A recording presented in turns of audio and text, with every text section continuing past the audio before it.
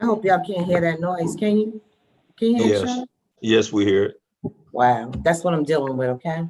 It's all right. I have no control. They're doing some construction right above us. Okay, we're good to go, Chris. Okay, thanks, Jeff. Good afternoon, everyone. Welcome to the June Augusta Land Bank Association meeting. Pray everyone is doing well in this COVID and civil unrest that we're experiencing in our country and in the world. But we thank God for another opportunity to be able to come together and to do the business that is set before us. I pray everybody's families are doing well. Had a little scare the other Chris. day. Yes, can you hear me? Yeah, somebody has YouTube open. Can that be shut? Because it's Whoever has YouTube, can y'all shut that down? y'all hear that, right? Yeah, the feedback. It should be off. This is Rob. We good? Okay. Had a little scared the other day. Person my wife casually came in contact with called her and said, hey, sorry, but I tested positive for COVID-19. And so she had to go get tested, but fortunately hers turned out to be negative. So it's just the world we're living in right now. So again, everybody do your social distancing and remain safe as possible. Who all do? I'm going to start out. Everybody, if you will identify, because I can't see everyone. So if you will identify yourself, I'll start. The way it looks right now, it looks like it's me, Commissioner Son, John, Brian, Randy, Lisa, Sean, Lauren, Charles, and Ashley are together, actually. And I know Rob and Karen are there. So I'm just going to start out. If you'll tell us who you are. And so we have some idea who all's on the phone. Chris Johnson, Chief Deputy Tax Commissioner, Chairman of Augusta Land Bank. Commissioner. Ben Hassan, Commissioner of District 6. John. I'm an attorney for the Land Bank. Brian. My name is Brian Price, and I am one half of PRE Investment Group. Okay. Randy. I am Randy Reynolds. I am the other half of PRE Investment Group. Okay. Lisa. My name is Lisa Williams. I'm coordinator with the Land Bank Authority. John. Sean Edwards, Executive Director, Land Bank Authority. Lauren. Lauren Dallas, Executive Director of Augusta Tomorrow and board member. Chuck and Ashley. Charles Williams, Richmond County Tax Commissioner's Office. Ashley Neville, Tax Commissioner's Office. Rob. Rob Sherman, Director of Planning and Development and Land Bank member. Karen. Karen Gordon, founder Garden City Jazz and Gordon Music Group, Land Bank Authority board member. Mike. Michael Heron, pastor, First Pres Augusta and Land Bank Authority board member. Am I missing anyone? Thornton Welcher and Alvino Ross. The Morehouse Club. Yes, sir. Mr. Welcher, please. Hawthorne Welcher Jr., Director for Housing and Community Development Department. All right. Anybody else? Anybody else we missed? Alvino Ross, Chief Appraiser Board of Assessors, board member. Okay. Welcome, everyone. We're going to go ahead and get started. Everyone should have received a copy of the meeting minute from our last meeting that Lisa sent out last week. And for anyone who has not had an opportunity to take a look at it, please do so. And once you have done so, I will accept a motion from the floor to accept those meeting minutes.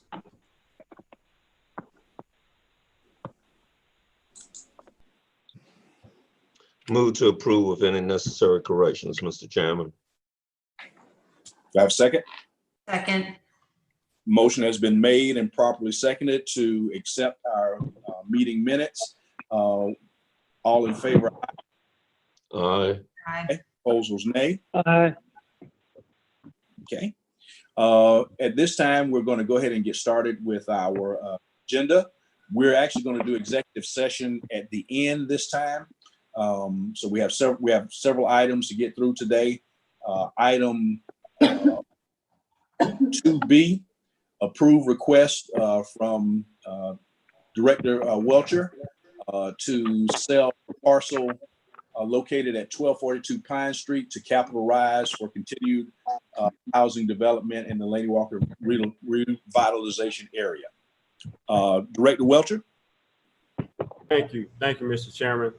So everybody is aware of the Laney Walker Bethlehem Revitalization Project 1. Of course, everybody is aware of the housing type that we've put on the ground. To date, you have about 25 single-family homes that have all been sold to date. Those homes have a price range of $118,000 up to the last home that was sold on Pine Street, which appraised and sold for $240,000. 1242 Pine Street was something that was started by it's the last standing house on Pine Street. To make a long story short, it was a property that was acquired, of course, by my predecessor. We really didn't know exactly what to do with it. It's a 2-bedroom, 1.5 bath. We have a developer, Capital Rise, who was one of our procured Laney Walker developers. They have agreed to purchase the home for a nominal fee. They will use 100% of their money to construct the property to improve it to a 3-bedroom, 2-bath house, and then they will sell it. So what we're looking to do right now is there's no funding that we have to put into it. The stipulations of the contract read that they will agree to the terms of restoring the property to a 3-bedroom, 2-bath. If they do not move forward and do this within a period of 6 months, then the property reverts back to the land bank. And is there a particular price associated with that? I don't have it in front of me. I think it's between 40 and 42. We're selling the house for what it appraised for. So not what it appraised for, but for the bottom line of it is we're selling it for about $45,000. I can get that exact number, but it's either 42 or 45,000 is what we're selling it for. That's our only cost in this property. It's a property that, once again, it's a 2-bedroom bath. We tried to market it for years on years, but we wanted to sort of control the narrative in regards to exactly what came back. So it's a win-win, for the way we see it. It's a property we'll be able to receive funding from a sale. We have a developer who's willing to put 100% of their money in to construct it, and they will follow like kind and suit. They will sell the property for what it appraises for, one, but then they also will not only sell it for what it appraises for, they will also allow the property to revert back to the city if they have not started pre-development activity within 6 months. Okay. Mr. Chair, I have a question. Go ahead, Commissioner. Yes, Mr. Welch, I may have missed, I apologize in advance if I missed your response to this. How much are you selling the land for? At least 45,000. 45,000. That's correct, Hawthorne. I just looked at the contract. Okay. And so you're saying once they sell the property, we get your 40,000 out of it? No, we get our 45,000 up front. Oh, you're getting it up front. Okay. Yes, sir. Okay. Yeah, I don't see no sale price for it on the thing here. Okay. And typically, Commissioner Hassan, we always, we sell it, but then we also, for the most part, we infuse funding from a construction perspective.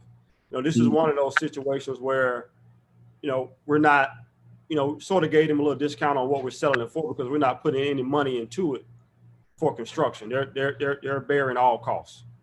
And this is just a property that's just been sitting there. It's the last eyesore, in my opinion, it's an eyesore on that street. And it's a 2-bedroom house right now anyway. So we feel good about the end result, knowing that they have 6 months or it claws back to the land bank. You said, excuse me, you said a 2-bedroom house sitting on it currently? Yes. Is this a new home or old residence? It's an old existing home. Old existing home. So they're gonna tear it down and rebuild a new one. They're gonna rehab it to make an addition to it to be sure that it's a 3-bedroom, 2-bath. Oh, okay. All right. Okay. Any more comments, board members? Okay, do I have a motion?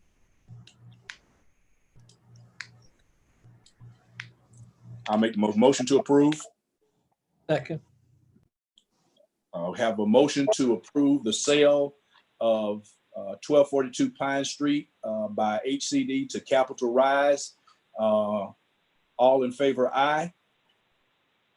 I'm actually gonna do a roll call because since we can't see everyone. Mike? Yes. Lauren? Aye. Karen? Yes. Alvino? Yes. Rob? Rob Sherman? Yes. And yes from me. And I don't think that Maurice is on. If you're on. He's there. I'm here. Okay, hey Maurice. Then that is a yay from all of the members. Obviously no nays, so that motion passes. Item C, again, Director Welcher, request to purchase parcel located at 942 Parks Avenue for continued development of Laney Walker in the Laney Walker revitalization area. Director Welcher, you want to tackle that one?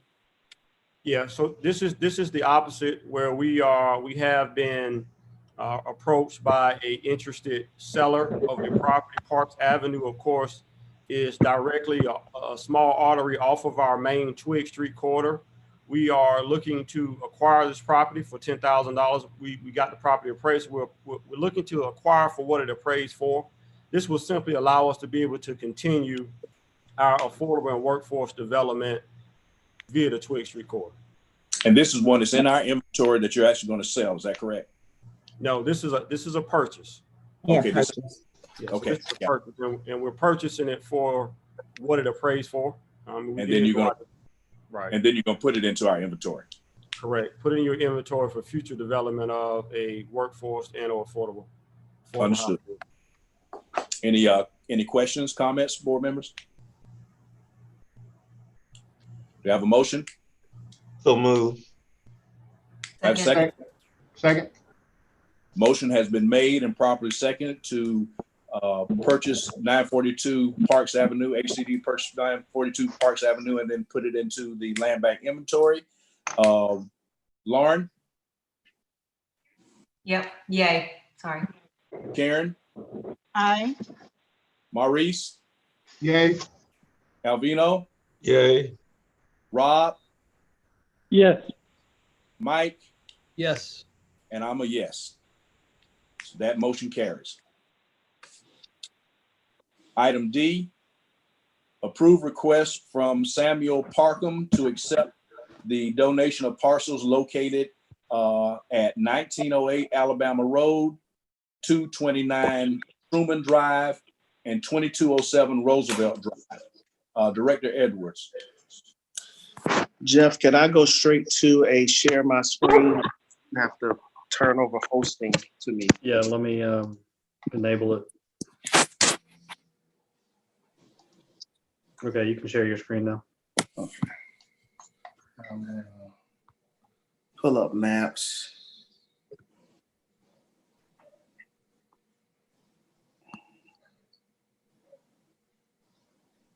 Or maybe we're not gonna pull up maps.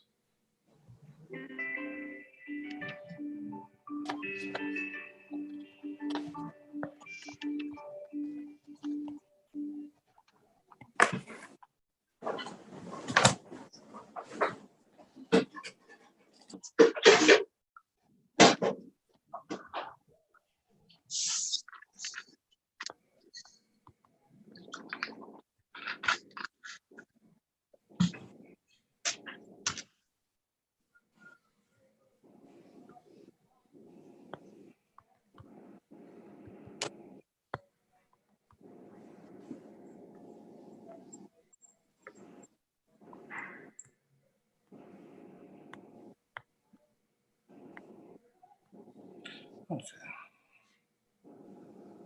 So 1908 Alabama and 229 Truman, 229 being here, are adjacent properties, both owned by the same family, although the nonprofit Brotherhood Inc. actually has title to 229 Truman as well as 2207 Roosevelt. I got a call from Mrs. Parkman. Her husband, Samuel, has developed dementia, and he is in a position right now where his health is deteriorating. She expressed some real concern about continuing to pay property taxes on these parcels. If you note, and it's not gonna let me do it. Have continued to have concerns about paying property taxes on them. They've remained current, but she needs to dedicate resources to his health care. We've got property in the area, which is those highlighted in green right off of Alabama, so they're not outside of things that we acquired in the past. Yes, I will. Roosevelt Drive, however, is outside of this immediate area, but it is a package. If we were to take 1908 and 229 as a concern to the family, they want to get rid of the Roosevelt as well. I'm asking the board to consider the fact that this is a family that has continued to maintain their property tax payment while dealing with a medical hardship. And being that we have property in the area as part of our property inventory strategy, that you would consider to accept the donations. The family, of course, would cover the cost. It's not going to come to us as a cost burden for the transfer. What is the condition of the properties, Sean? All three are vacant lots, but they are all three overgrown. Okay. Comments? So this will give you a better idea of where they are. So Gordon Way coming directly out of downtown. That's back there behind Smitty's tire. Mm-hmm.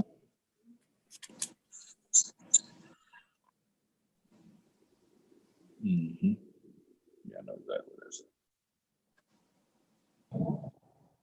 Board members, comments?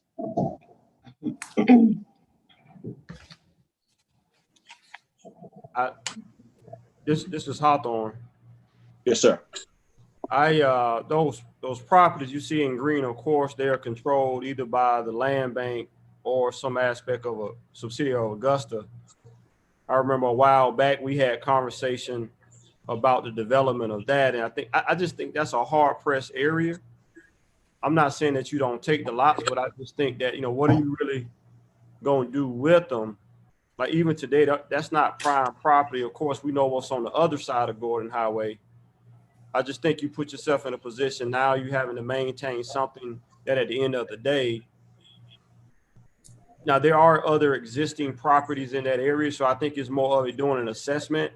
If you're looking to say, okay, we're going to look to try to partner with ACD or another entity to try to maybe spruce up that entire corridor to say, let's do some acquisition rehab for existing houses. I mean, if that's the end, what is the end goal? I would think the end goal would be some type of housing development, but I would probably say you want to do an assessment of other properties in and around to see exactly, even if you had a developer with money to come in and put it there, would it sell? So I just think some assessment needs to be done, and maybe that has.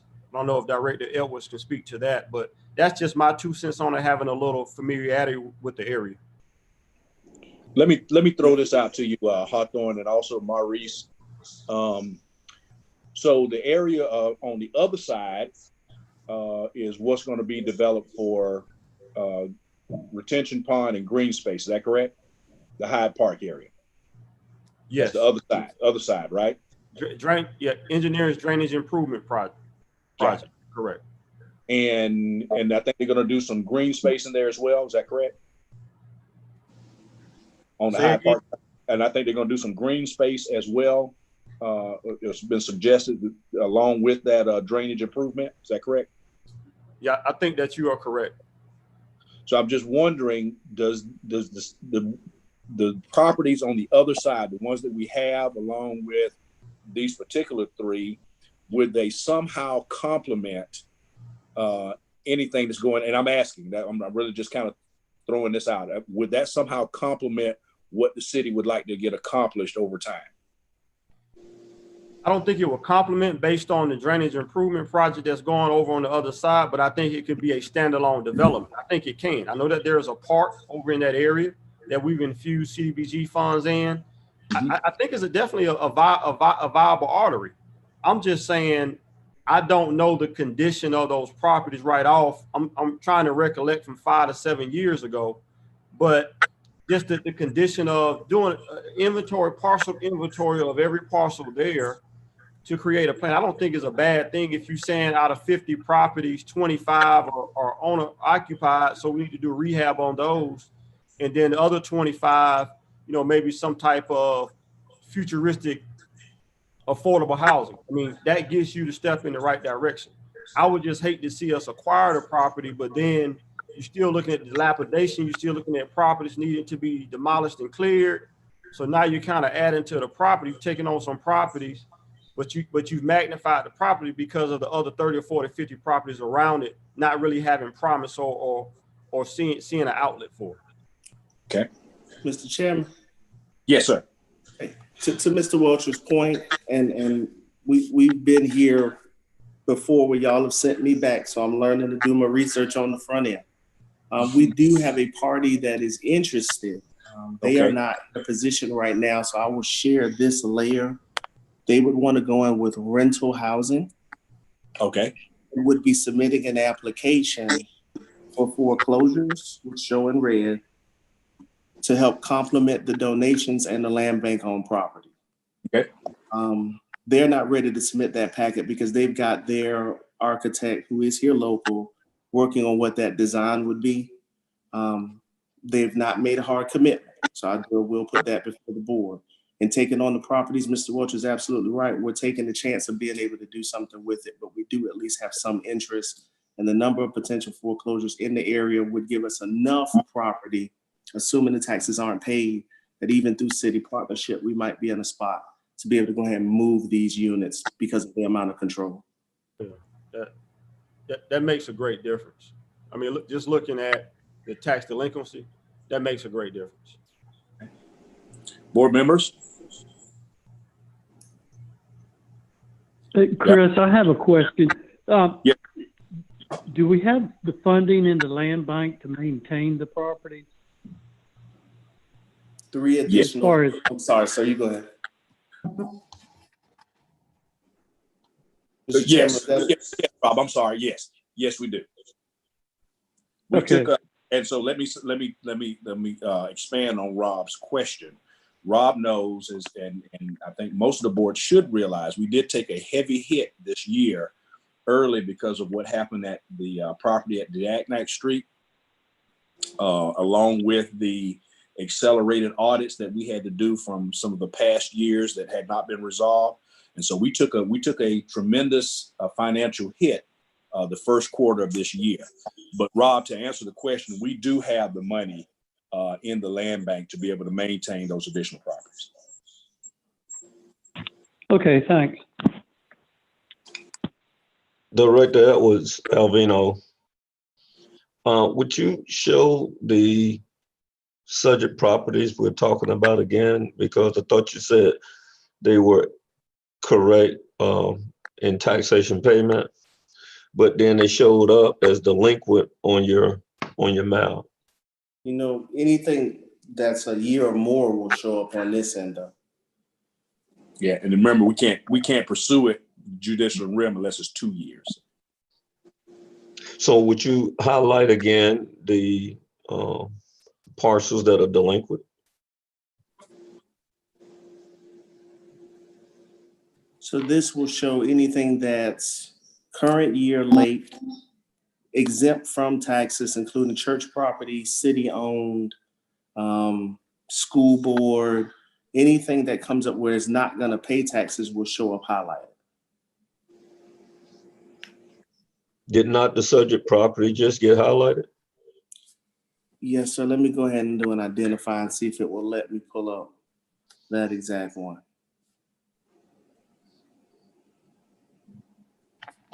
It's not going to let me pull it. It's saying resource couldn't. I don't know if y'all can see that up on the screen. No.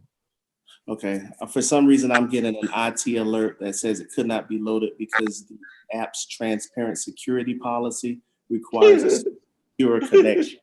So I guess because I'm sharing my screen on a secure login, let me try to pull it over here for you, Mr. Ross. Real quick. Sounds like an Alvino Ross problem to me.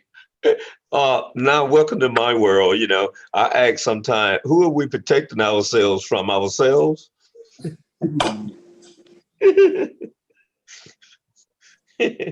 I'm jumping on network right now, Mr. Ross. It's only gonna take me 1 second.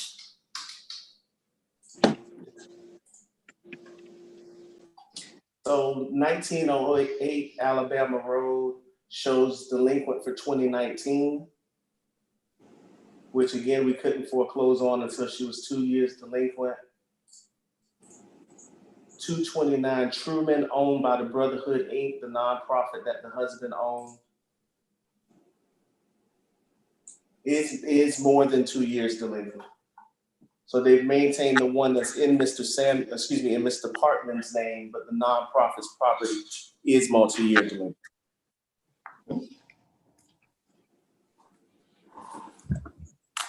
And she wishes to donate them to us. Yes, sir. It would be a total of 3 properties, 2 under the nonprofit and 1 in Mr. Partman's name. Under those conditions, what is the legal cost for accepting the property? The transfer ownership, all the indirects. That should be $1,535, which should include Mr. Madden's fees, land bank fees, and title per parcel. And who would pay those fees? The family. They So won't. Okay. Yeah, that'll come from the partners. All right, I'm sorry, sir. No, I'm saying, do I have a motion? Mr. Chairman, let me ask a question of the director. Yes, sir. In terms of us inventorying these properties, and I know you mentioned that you have a potential prospect that you'll bring back before the board at a later date. Yes, sir. But absent of that, what other incentive do we have on taking on these additional properties? Because I'm assuming your recommendation will be for us to take this on and accept these property that's being donated, correct? Yes, sir. So okay, if that's fun, go ahead. I'm sorry. If the group that is working through their architect now to design a rental project in that area is not interested and chooses to pull up, then I'll have a responsibility to be able to find a developer that can work with the existing properties that we own on Alabama, as well as these donations. Currently, we're responsible for maintenance on property in that area already. So the hope would be to create a project and an investor that could take on everything that we'd have in our inventory, which would include the new donations. Now, last question, how long have we had the existing parcels in inventory that you highlighted here? Wow.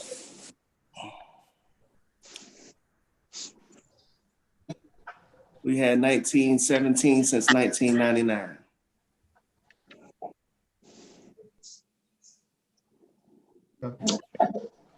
Thank you. Yes, sir. And let's and along with that question, let's keep in mind how most of our properties got into the land bank. The overwhelming majority of our properties, most of which belongs to housing, back when the city made the decision to start actually doing, being the developer, had started acquiring properties. Sometimes they had to acquire properties that they didn't necessarily need, but they couldn't get the properties that they did need unless they acquired some additionals. And so we have properties that are legacy that are left there, and this is an example of that. We also have properties, for example, Dover Lyman, Hyde Park, where the city has had a need to store those properties, and so they're in the land bank. And so we have many properties that have been here for quite some time, but most of which were acquired in our distant past. And so what we're looking at now, along with these, we're trying to move these properties. And that's probably what Sean does more than anything else, is work with investors, some of which are here today, in moving those properties. Do you have a motion? Move to accept, Mr. Chairman. Second. Motion has been made and properly second to accept the donation of properties 1908 Alabama, 229 Truman, and 2207 Roosevelt. All in favor? I'm gonna call the roll. Rob? Yes. Alvino? Yes. Mike? Yes. Lauren? Yes. Karen? Yes. Maurice? Yes. And there's a yes from me. And so that's 7 yeas, so that motion carries. Item E, approve request. This one's coming back. Approve request to accept the donation of the parcel at 2301 Wheelers Road. I think we talked about this actually last month. We do have a church that has expressed some interest in it in the local area. And so we're bringing this one back, 2301 Wheelers.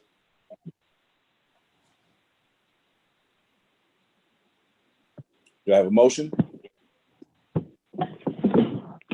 Mr. Chairman? Yes, sir.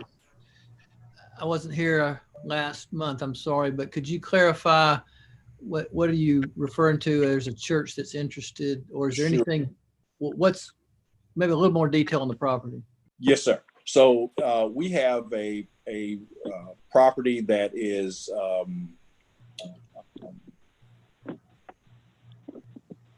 zoned as, that word zone wouldn't come out, I apologize. Zoned commercial. It is located at the corner or just beyond the corner of Milledgeville Road and Wheelers Road. There's a local church in the area, Fairview Baptist Church, who has some property. They are in discussions with their, matter of fact, we met with them over the weekend. They're in discussions with their church membership and their church board on working with the properties that they have in the area. They have expressed that they have some interest in 2301. 2301 is from a senior citizen who no longer wants to keep the property. They have no intentions of using it, and so they've asked could they donate it to the land bank. And so I forgot what the size of that property is. You'll bear with me just a second. No, that was enough. Thank you, sir. Thank you for that detail. Okay. Mr. Chairman. Yes, sir. I don't know if anybody, of course, I'm familiar, of course, with Fairview as well. Of course, we're working with them in partnership on some of the properties that they have to either demolish and clear and come back with single family housing from affordable perspective, or rehab some of the housing that they have. Yes, sir. I don't know if anybody has driven by 2301. 2301 to me, I just don't want the land bank to be in a position where we're trying to put a property off on a Fairview or somebody else where first there's a guardrail in front. And then if you look at the topography of it, it slopes down rather quickly. So I have concerns with what I saw, and I got out and I walked it and it sloped straight down. I don't know what possibly could go on that piece of property. I'm not saying for the land bank to take it, but I just want to keep the relationship with Fairview good, where they're like, okay, well, the city or the land bank is trying to sell us a piece of property that's not even buildable upon. So that's just my 2 cents from my observation with my eyes riding by as well as walking the property as well. Okay. So in your opinion, there's no other real use for it? Well, I think the first thing, when we talked about it before, I knew where it was, but I had not physically laid my eyes on it. But the first concern to me is it's a guardrail in front. So if it's a guardrail, then there has to be some kind of hazard if you go off right there, in my opinion. So, you know, like I said, that's just my opinion. I don't really see how, I mean, anything can be buildable upon, you know, but if you got a survey on that property, it's a dramatic slope. I mean, almost immediately, you know, to the naked eye. So, you know, that's just my observation of it.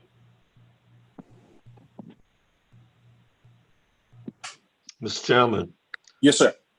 Certainly I can accept, if I might be coy, a piece of dirt holding the earth together. However, it would appear that there is a desire to transform. My question, just for clarity, there's a piece of property that faces onto Milledgeville Road, known as 3102. And adjacent also is the next parcel that is fulfilling the length of 3102 Milledgeville, as well as the subject property. So what is sitting at 3108? Is that commercial, or it seems like the one on the corner just has like a utility building on it? The one on the corner has a hot dog stand. A hot dog stand. Yes, there's a hot dog stand right there. And I can't remember if that's an automotive shop or not. That's at 3108. So, Mr. Hawthorne, my question is, from Willis Road, the topography issue and the ramp does exist. However, from the Milledgeville Road at 3102, is there a consistency of the topography from that corner lot to the subject lot? I can't with confidence speak to that. I didn't look at it from that aspect. I just knew that we talked about it last time. So I just looked at it from the Willis Road side. Okay. I did not really peruse any further. I just sort of did a glance and got out and sort of walked, because my mind was racing in regards to exactly, you know, how it could be used. Potentially a portion of it, in my opinion, would be an extension of 3201 parcel, and I think where you were going also, the depth of 3108 potentially. There could be extensions there, but of course I didn't get out and go around the guardrail and sort of walk down into. I did not do that. Very well. I think we have to also consider what are our opportunities. Sometimes, as challenging as some of them may be, is to whether or not we are taking on the harder challenges sometimes. I think the low-hanging fruit is kind of easy for us to do. Because there's interest in another party that could evolve into development of that piece of dirt. Mr. Chairman, I'm going to make a motion to accept. Okay. Do I have a second?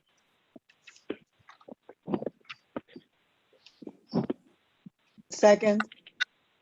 Motion has been made and properly seconded to accept the donation of 2301 Willis Road. Rob? Yeah, I'll go along with it. Alvino? Yay. Mike?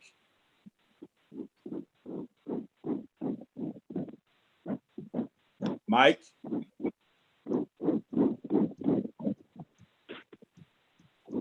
Mike, you muted. I'm gonna come back to Mike. Lauren? Yes.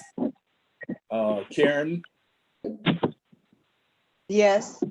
Maurice? No. And Mike, are you there? Okay, now we lost Mike, so we have. Yes, I'm okay. back now. I was okay. And your yes. Your vote is okay. Yes. And it's a yay for me, so there's 6 yay, 1 nay, and so that vote carries. That motion carries. Okay, Director Edwards, we have a request to foreclose on parcels located at 504 First Street, 513 Second Avenue, 521 Second Avenue, 534 First Street, 514 Second Avenue, 546 Second Avenue, 506 Second Avenue, 516 Second Avenue, and 2569 Wheeler Road. If you'll give us an overview of that, sir. Yes, sir. So this is the Sand Hills neighborhood. Each of you is familiar with the plan of community leadership after they approach the commission to try to work to revitalize Sand Hills. HCD, along with one of the local nonprofits, is heading the effort to update a housing plan, to which we will discuss in executive session for more detail. But the hope and ambition here is to try to begin to secure properties that are available for foreclosure as part of that long-range revitalization. I know that these will be short-term holds. Again, I'll go into more detail about what is currently happening in Sand Hills in our executive session, but the ambition along these two avenues is to begin the process as part of that overall revitalization plan. So with the chairman's permission, I'll take any questions that I can answer in this forum, but with also willingness, I'll answer in more detail coming out of there. And if necessary, we can take this matter into the executive session as well if there are just more questions that we can answer in the public forum.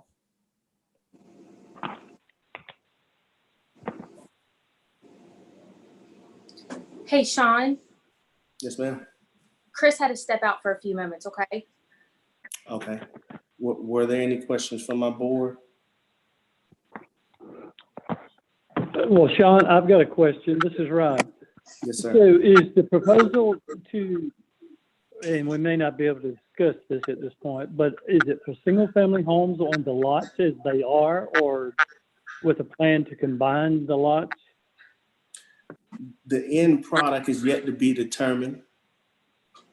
And so, Okay. yes, sir, I'll be able to give you more detail in that executive session of how that plan is shaping up. But the end product for these specific lots is yet to be determined. Okay. Director Edwards. Yes, sir. Through the chairman. Just for the record, I believe you're on your F. When you say First Street, you really mean First Avenue. It's Avenue. Yes, sir. It was a typo. Thank you. Thank you, Director Welcher.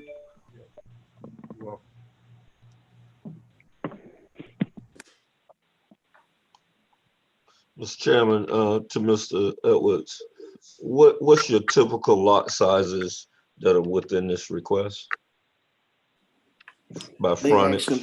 They actually vary, sir. No lot in this request is smaller than 40 feet on the front, but they do vary. Okay. And as Mr. Sherman asked in the reply there, because it's not yet decided what the end product will be on each lot, I could not tell you whether or not that lot is currently conforming for what would the desire to be built. Correct. Okay. So there may be some recombining that does have to happen. There may be some subdividing that has to happen. And Hawthorne, do you want to speak to these a little bit, and not necessarily the overall Sand Hills area? I can. The commission approved a couple months back. Commission approved for HCD to be able to move forward and create or revise a master plan for the Sand Hills area, and working in partnership with the local nonprofit in the area, which is Sand Hills Urban Development, care of Tim Wilson, who's the executive director, as well as a combination of 5 to 6 different churches who have an interest in this area. So currently where we are with that, we are in the process now. We've identified exactly, who an A&E firm is. Of course, that's been approved by the commission. So over the next 2 weeks, we will be meeting as a small group to just talk about the next steps. And that next step is to first revise the master plan, of course, that was originally constructed back in 2003. So this is definitely exciting to know that, because the bottom line of it is you can't build on that which you don't own. So the accumulation of properties, but the contiguous accumulation of properties allows us to be able to move forward. Sand Hills Urban Development now is already developing affordable housing in this area. So this is exactly the partnership, the way we envisioned it with the land bank, was that the land bank would stay 2 or 3 steps ahead of where we were going. So by acquiring these properties, knowing that you already have existing properties there, Sand Hills is more of an infill type development. It will not be, in my opinion, a lot of demolishing and clearing on streets, but it'd be a lot of more infill development. So being able to acquire these properties, looking at the size of the frontage of what you already have, in my opinion, really puts us a little bit further down the street, that once the master plan is done and we're able to create various nodes, then by having control of various parcels, we're able to go ahead and begin the infiltration of affordable housing from a construction standpoint for either sale and for rental and or lease purchase. Mr. Chairman, before Mr. Welcher talk us out of this, I'd like to move to approve. I'll second. Motion has been made and properly seconded. And thank you, Mr. Welcher. Good job, Mr. Welcher.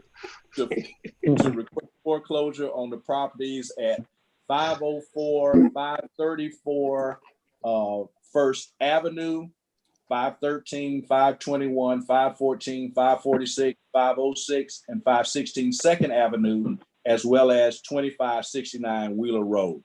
Rob? Yes. Alvino? Yay. Mike? Yes. Lauren? Yes. Karen? Yes. Maurice? Yes. And I'm a yes as well. So that's that 7 yays, that motion carries. Item G, approve request from Cheryl Dunn, adjacent property owner, to purchase the property located at 1330 Solomon Place. The intent is to add to the existing parcel. Sean or Lisa, you want to talk to this one? Yes, sir. Property owner at 1328 is Ms. Cheryl Dunn, who was introduced to me by Commissioner Bill Fenoy. She had been complaining about the structure at 1330 being abandoned, had expressed concerns about her health and safety of someone going into the property, and then the potential of damage affecting her house from the tree limbs that were hanging over a roof. Upon meeting her back in early 19, I promised her that we would get that matter resolved. And thanks to a motion by our board to take on the cost to demolish that structure and clear the lot, we were able to do that for her this year. Immediately after, Ms. Dunn contacted us and expressed an interest in purchasing the lot now that it was clear. She understands that that cost comes to her, being that the property's in our inventory, and is prepared in order to be able to cover those costs of the transfer as part of an adjacent side lot program. Motion to approve. Second. Motion has been made and properly seconded to sell the, it'll come out my mouth in a second, I promise. To get 1330 Solomon Place into the hands of Ms. Cheryl Dunn, who's the adjacent property owner. All in favor, yay. I'll go Rob. Yes.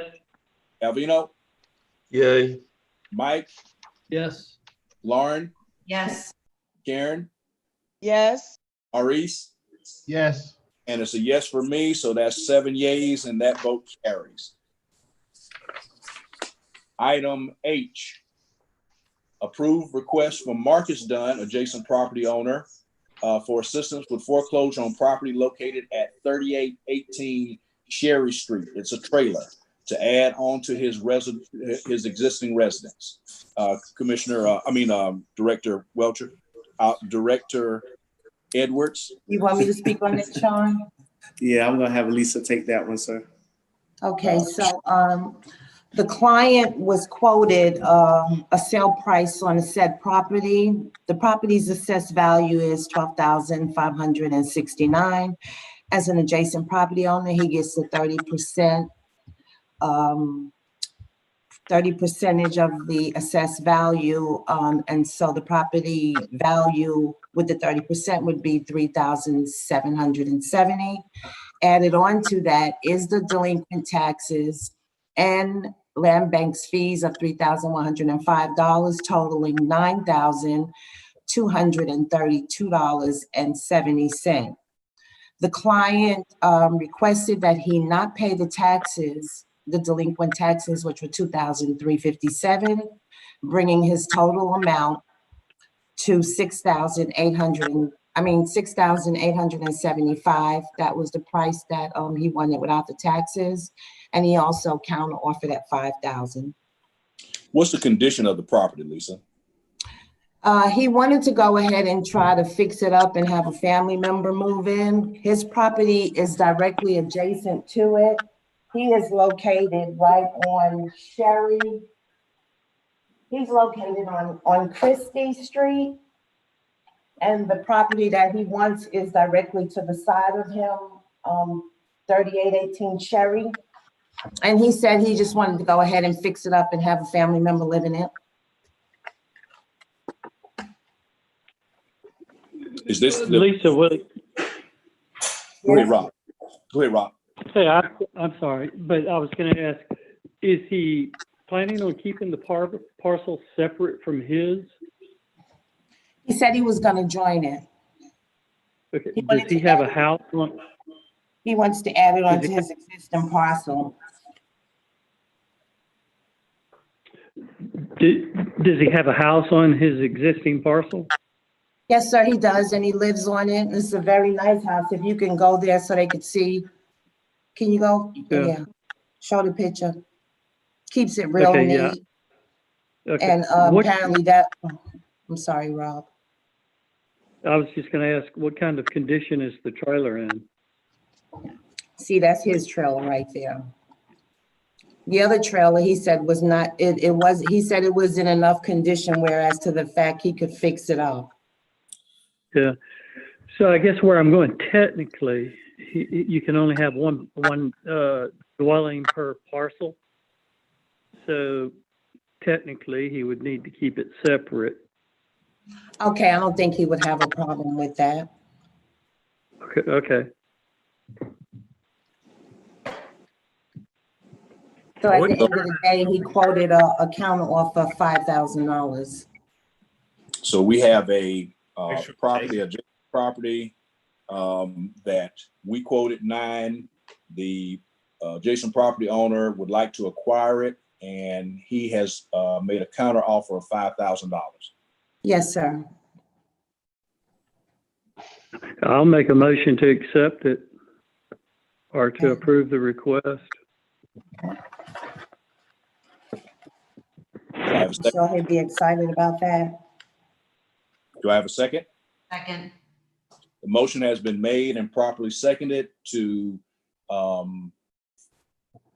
approve the request to foreclose on the property located at 3818 Sherry Street on behalf of the adjacent property owner, Marcus Dunn, for $5,000. All in favor? Yes, sir. Go ahead, Marcus. Can I ask you a question? Yes, sir. Do the land bank director have a position on this matter? In terms of a recommendation? Yes, sir. I recommend to the board that there be an approval. At the end of the day, we're not going to be in a position to push too hard on property owners in this area from Carleen Road all the way back around the Ohm, simply because it's primarily a trailer park. So we were not happy about the $5,000 counter, being that there is the option to be able to extinguish taxes, which would have kept us closer to $6,800. But being that you're not looking at structures that are going to be major rentals for rehabilitation, at the end of the day, you're finding somebody almost on land value. So reluctantly, I am supporting the family on being able to get it for $5,000. Because, and I appreciate that, I would lean more towards the 6875, given the fact that we are waiving the delinquent taxes. And again, how I look at it, he made an offer or a counter offer, and I think we can counter that counter offer. I understand the position of it, but I mean, this is one of those things where the landowner approached us about this particular parcel, correct? Yes, Is that a counter motion, Maurice? Yes, I'd like to make a substitute motion. Substitute motion. Can I say something before he makes the motion? Go ahead. The client, okay, so here goes my negotiation skills in action, okay? So I actually spoke with the client and I told them, I said, well, what about if the board decides that they don't want to accept your offer and that they do want you to, you know, since you asked them to not pay the taxes, how would you feel about going with the $6,875,000 offer? And he said, yeah, he would. So at this point, I guess we could make the motion to move forward with it at that price. Absolutely. So I have a counter motion to accept the. I'm looking out for the land bank. Thank you for giving us that information, Lisa. Well, the truth of the matter is we got $9,000 on the lot and I know, right? And $2 on the unused mobile home. So we have a counter motion to approve the foreclosure of 3818 Sherry Street. We have a counter offer and a second to approve the motion to foreclose on the property at 3818 Sherry Street for $6,800? $6,875. $6,875. Who was the second on that motion? On that counter motion? Hey, That was Lauren. Oh, I'm sorry, I missed the counter. Go ahead. I'm listening to you, Rob. Hey, I was just gonna say, I'll withdraw my motion and I'll go with Maurice's. Sounds If it good. matters. Okay. So, Rob, Yeah, yes. Mike, Yes. Alvino, Somehow I sensed this was going to be 7-0, so I'm going to say no. okay. Lauren,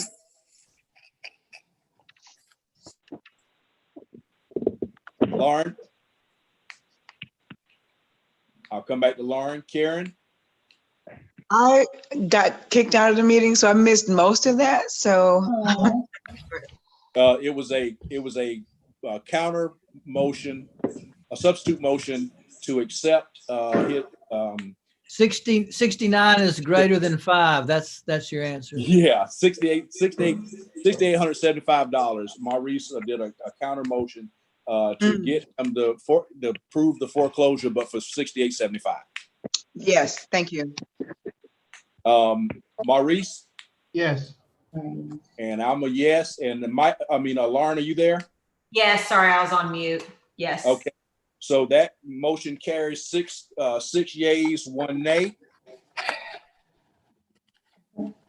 Okay. Item I, approve request from Jeff Moffitt of PIP Incorporated to assist the land bank to assist with foreclosure on property located at 2408 Oak Ridge Street for a rehab/rental. Director Edwards. Okay. Mr. Moffitt and I had an opportunity in order to speak when he submitted his paperwork. I had concerns about the original application because it included multiple properties, but some of those proved to not be eligible for foreclosure. So he rolled his request back down. 2408 is a property that he inspected.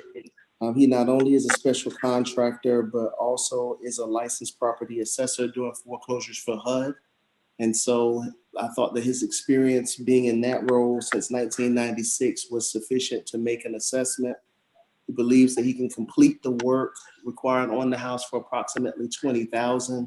He pulled his budget based on work he's doing currently at 2430, which is a property that they're rehabbing for affordable housing. I asked about affordability, and they use Section 8 rents, so it would be housing choice voucher rent rate. and put on Housing Authority's list as an available unit once complete.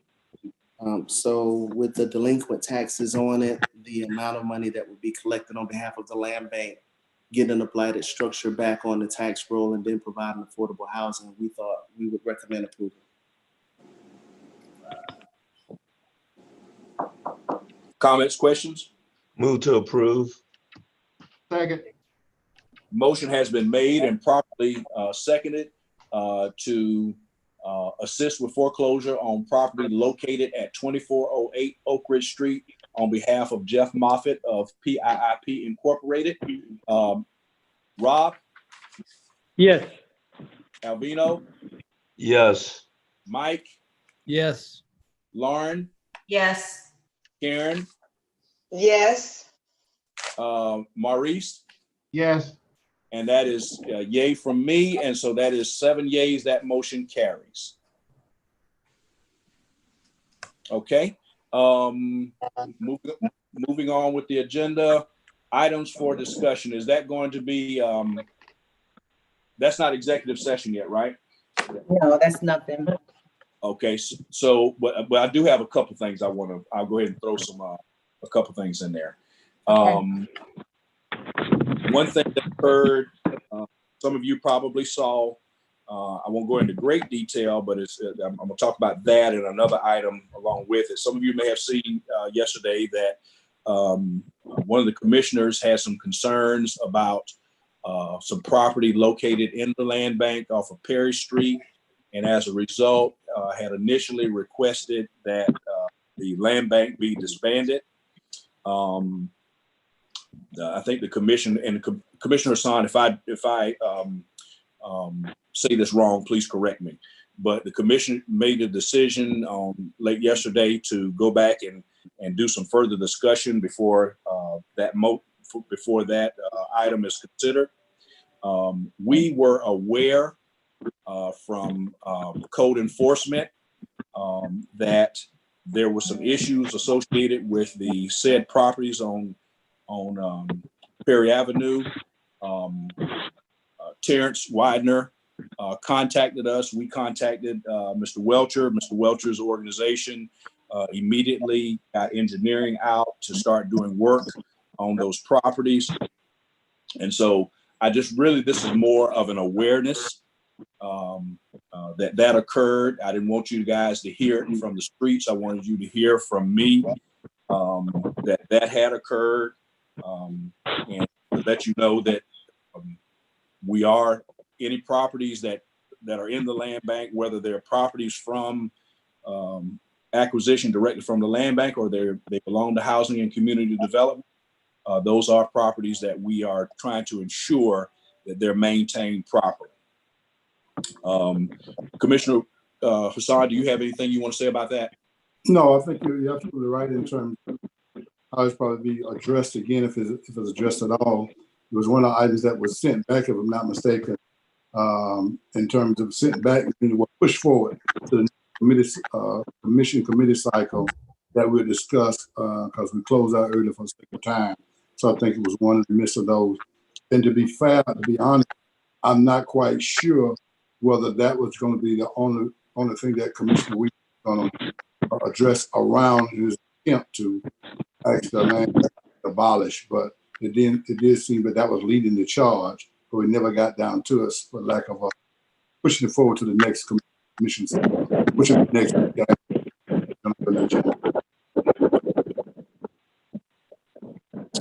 Sean or Hawthorne, either of you want to have anything to say about that item?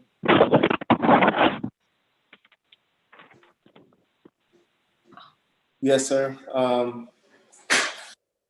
From correspondence that we had with code enforcement starting on June 5th, we've continued to keep them abreast of the fact that as properties are reported from citizens, if they are in the land bank inventory, we've made that known and worked with environmental services or gone to a private contractor. For those that are being held with HCD, code enforcement was well aware that we are in the process of working with Mr. Welcher's staff to finalize depository agreements which would include their third-party cutting schedules. So I would say we received maybe about 3 or 4 notices, different property addresses from different code enforcement agencies. And in each instance, not only reached out to Mr. Welch's staff so that they would know what's going on, but continue to reiterate the fact that there is a plan being developed using that depository agreement.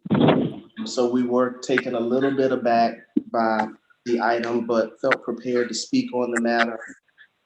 And to Commissioner Hassan's point, if it does come back, accompanied with other information or unaccompanied, I think that we're in a position in order to be able to speak on the value of the land bank.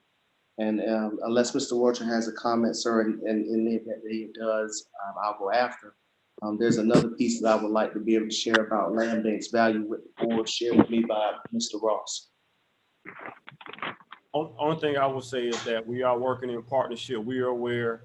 So in working with code enforcement, we are cohesive in our efforts to be sure that all our properties that we have disposed in the land bank, that those properties are continuously cut bi-weekly, 1, and then 2, some of those properties that may be on the list, we have identified 3 properties that are dilapidated that we have done an assessment on and an environmental review on, and we are looking to demolish and clear those properties just because of the impediments and how far they're gone they are.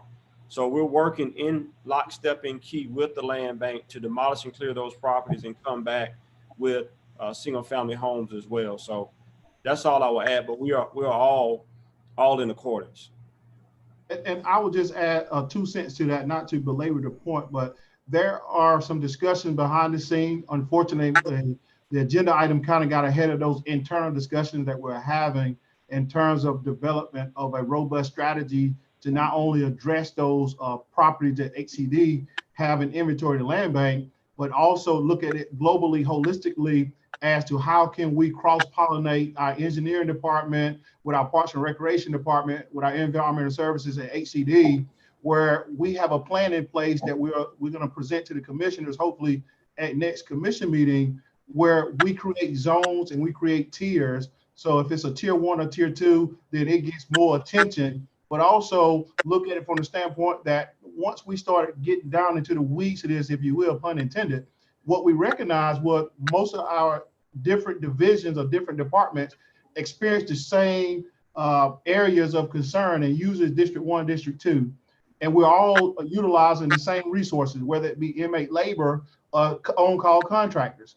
So now if we create these zones, we free up the contractors to not only look at it from a department standpoint, but from a holistic standpoint, meaning they can not only cut the vacant lots, they can cut the cemeteries, and they can cut housing and community development properties in that particular corridor. So they will have a zone that they're responsible for that would help us in terms of keeping up with all these properties and all these vacant lots.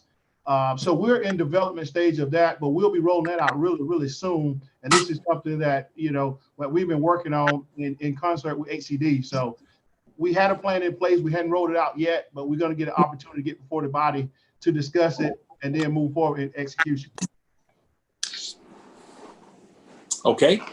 And even though Sean and I had not talked about it, I think he's headed the same place I was going to be headed when he said information provided by Mr. Ross. I think you're going to talk about the National Land Bank Network Act of 2020. Is that correct, Mr. Edwards? Yes, sir. You want to lead it off? Well, we received information from Sarah Torrey, who is with the Center for Community Progress, that there is a, and we also received that information from Mr. Ross, our fellow member, Mr. Ross, that there is a House bill, and this is in the U.S. House, that is co-chaired by one of our one of Georgia's representatives, to establish a National Land Bank Network Act of 2020, which will essentially provide resources in the form of grants to the land banks. I think they said there's about 200 land banks in the country, Of the 15 states that have them, Georgia is one of the 4 states identified as the more mature land banks, and of course, Augusta is one of the more mature land banks in the state of Georgia. They're requesting that in 2021, Congress set aside $10 billion, $7 billion to be immediately put in the form of grants, and then they're also requesting that an additional $5 billion per year from 2022 to 2031 be made available for land banks to utilize in their revitalization process. So I thought that was something that was very encouraging as it applies to land banks. Sean? Yes, sir. You had an opportunity in order to meet Dr. AGLBA Watkins Butler, who is the CEO of the Center for Community Progress, when they came in from Washington along with Georgia Act, looking for a potential office in the state. We know that we entertained them both with heavy conversation about the land bank's role in eliminating blight, eliminating deteriorated property, dealing with vacant lots and abandonment, but also part of that conversation dealing with the racial inadequacies of the types of communities throughout the state of Georgia that experience the most blight. Dr. Watkins Butler was very frank with us in that session and on the ride for the tour to go see this city. But I bring her name up because she is a friend of Augusta, Georgia's Land Bank, and one of the leading advocates for this bill, HR 7103. Through her and some Center for Community Progress, although locally we still continue to try to demonstrate the value of the Land Bank Authority, we have a great relationship with those who see Georgia's funding roll down and have plans to make sure that that relationship continues to be fostered so that as monies become available, we can increase our position and do more to deal with blight in Augusta. And so we wanted to kind of counter those two issues. I'm very appreciative of the work that we do here on the land bank on the behalf of our city. And I want to take this opportunity to thank you. We know that there are always going to be challenges, but we can't stop the good work that we're doing because it's difficult or because it's challenging. And so I just want you, ladies and gentlemen, to know that, one, I appreciate all the work that you do. And I know that there are others who do as well. And it's nice to know that there is some potential national recognition of the work that land banks in general do, and we may even be able to receive some help in the near future. Okay, do we have any other new business before I go to executive session? All right, it is 3:50. I got it right first time. It is 3:15. Mr. Chairman. Yes, sir. Go ahead, Mr. Ross. We're going to get an update from legal regarding his attached reports. Oh, I'm sorry. Yes, John. Thank you. John, will you give us a report on the properties, donations, as well as those that we're working on? Sure. Can you hear me? Yes, sir. Yes. Okay. The foreclosure list only has 2 new properties on it right now.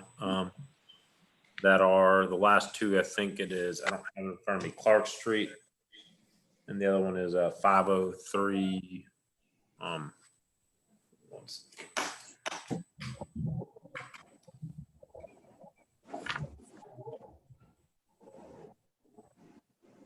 Yeah, 503 13th. Those 2 are the 2 new ones we are working on right now. Besides the one for Old Town, which we'll be filing this week. We had a pretty large sale in June. I think we sold or bid in, the land bank successfully bid in 1, 2, 3, 4, 5, 6, 7, 8, 9, 10, 11, 12, 13, 14, 15, 16, 17, almost 20 properties in June. The land bank successfully bid in, so activity's definitely picked up in the foreclosures.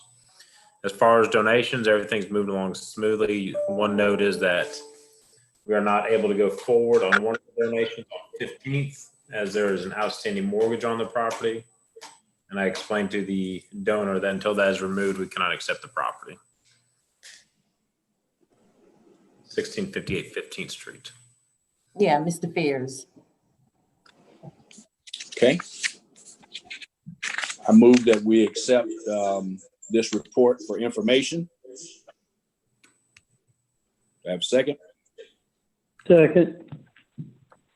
Motion has been made and properly seconded to accept the information from our attorney, Mr. Manton, on our donations and properties of which we're actually working on as information. Alvino? Yes. Rob? Yes. Mike? Yes.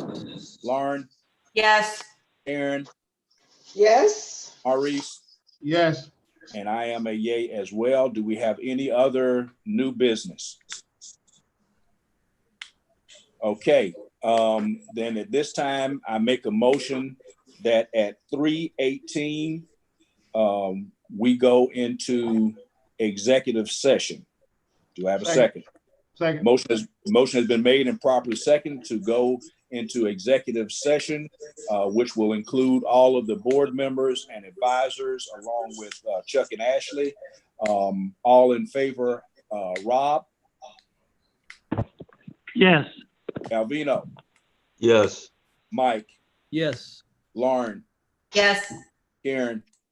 Yes. Maurice? Yes. And I am a yay as well. So we go into executive session at 3:18. Jeff?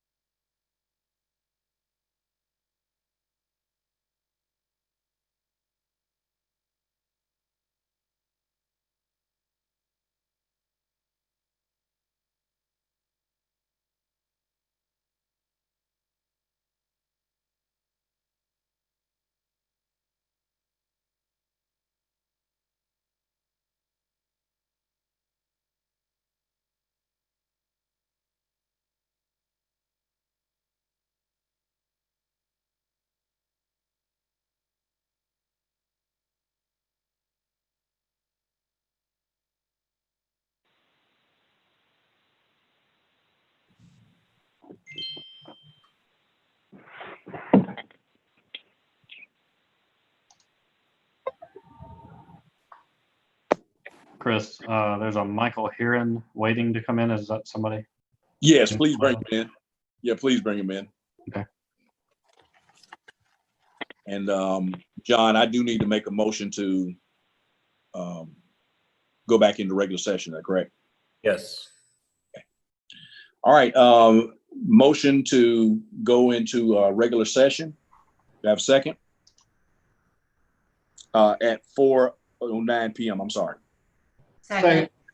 Motion has been made and properly seconded to go back into normal session at 4:09 p.m. All in favor? Mike? Is that a yay from you? Yes. Okay. Lauren? Yes. Karen? Yes. Maurice? Yes. Bob? Yes. And a yay from me. So that motion carries. First motion, approve sale. Chris, Yes, John. before that, we also have to make a motion to approve you executing the legal session affidavit for the purpose of discussion of real estate. Say that again. We need someone to make a motion to approve your executing of the affidavit for executive session for the purpose of discussing real estate matters. So moved. Second. Motion has been made and properly second. Mike? Yes. Karen? Yes. Lauren? Yes. Maurice? Yes. Bob? Yes. And I make 6, and that motion carries. Motion number 1, sale of 1102 Columbus Lane with contingent on pre-investment, contingent on satisfaction of HCD's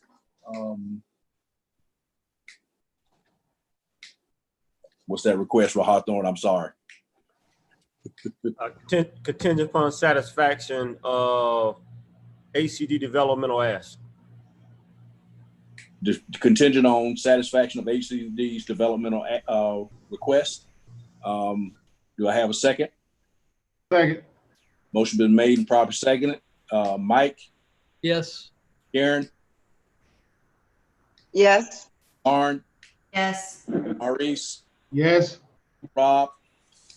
Yes. And I make 6. That motion carries. Motion number 2, to lift moratorium on Harrisburg, on sale of properties in Harrisburg, and extend the moratorium on sale of properties in Sand Hills and Old Town for 90 days. Do I have a second? Second. Second. Mr. Chairman. Yes, sir. I recall Director Edwards suggesting that 90 days may not be long enough. Are we okay with the 9 days, or do we need to move that to 180 days? I'm comfortable with 180 days. Anybody not comfortable with 180 days before I make a motion? Mr. Chair, Yes, sir. for the Old Town neighborhood, we would ask that it remain at 90 so that we can get that group in front of you.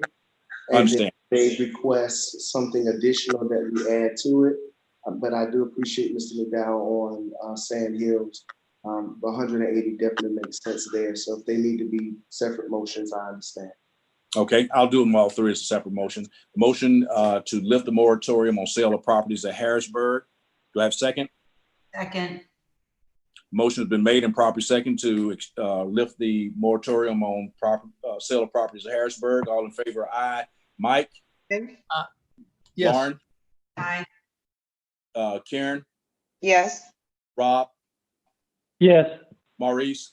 Yes. And I make 6. So that motion carries. Third motion is motion to extend the sale, the moratorium on sale of properties in Sand Hills for 180 days. Do I have a second? Second. Motion has been made and properly seconded. All in favor, aye. Mike? Yes. Lauren? Yes. Karen? Yes. Maurice? Yes. Rob? Yes. I make 6, that motion carries. And then motion to extend the moratorium on the sale of property in Old Town for 90 days. Do I have a second? Second. Motion has been made and properly second. All in favor, aye. Mike? Yes. Yes. Karen? Yes. Maurice? Yes. Rob? Yes. I make 6, that motion carries. And then last, move forward with the sale of 930 Diaknak and 918 Cary Street. Do I have a Yes. second? Second. These are not coming out easy now. Motion has been made and properly seconded to move forward with the sale of the properties at 930 Diaknak and 918 Cary Street. All in favor? Mike? Yes. Karen? Yes. Lauren? Yes. Maurice? Yes. Rob? Yes. Excuse me. And I make 6. That is that motion carried. And Sean, do we need to go ahead and go with item B, or do we need to go ahead and push it out to next month? You muted. You muted. My apologies. Yes, sir. I think that we can push this out for a month. It's a compliance issue, but we'll get it together. So if it could just make it onto the agenda for next month, that'd be fine. Okay. All right. Do we have any other business? Sir. Okay. Thank you, ladies and gentlemen. We had a lot on our plate today. Chairman? Yes, sir. Yes, sir, Mike. Could I make a comment, please? Just briefly. Yes, sir. Yes, sir. Just at a time when our country's experiencing so much disorientation, we continue to lament what is wrong and empathize with those that suffer. I just want to express my appreciation to the chairman of the Land Bank Authority, the director of HCD for the exemplary work that you do in not only seeking to take care and grow our city for all of our citizens, but especially those that are marginalized. I'm very thankful for each of you. Thank you. I appreciate that, Mike. Thanks. Thank you. And you as well. Ladies and gentlemen, again, thank you. I thank you for all the work that you always do, not only here on the land bank, but in your individual lives and careers. There's a lot going on in our world. There's a lot going on in our city. And we had a lot on this agenda. So I thank you all. Thank you, ladies and gentlemen, very much. Thank you for y'all have a good day. Thank you. All right. Take care. Thanks. Everybody have a good evening. Thank Y'all you. too. Thank you. Thank you, Jeff. You're welcome. Thank you, Jeff.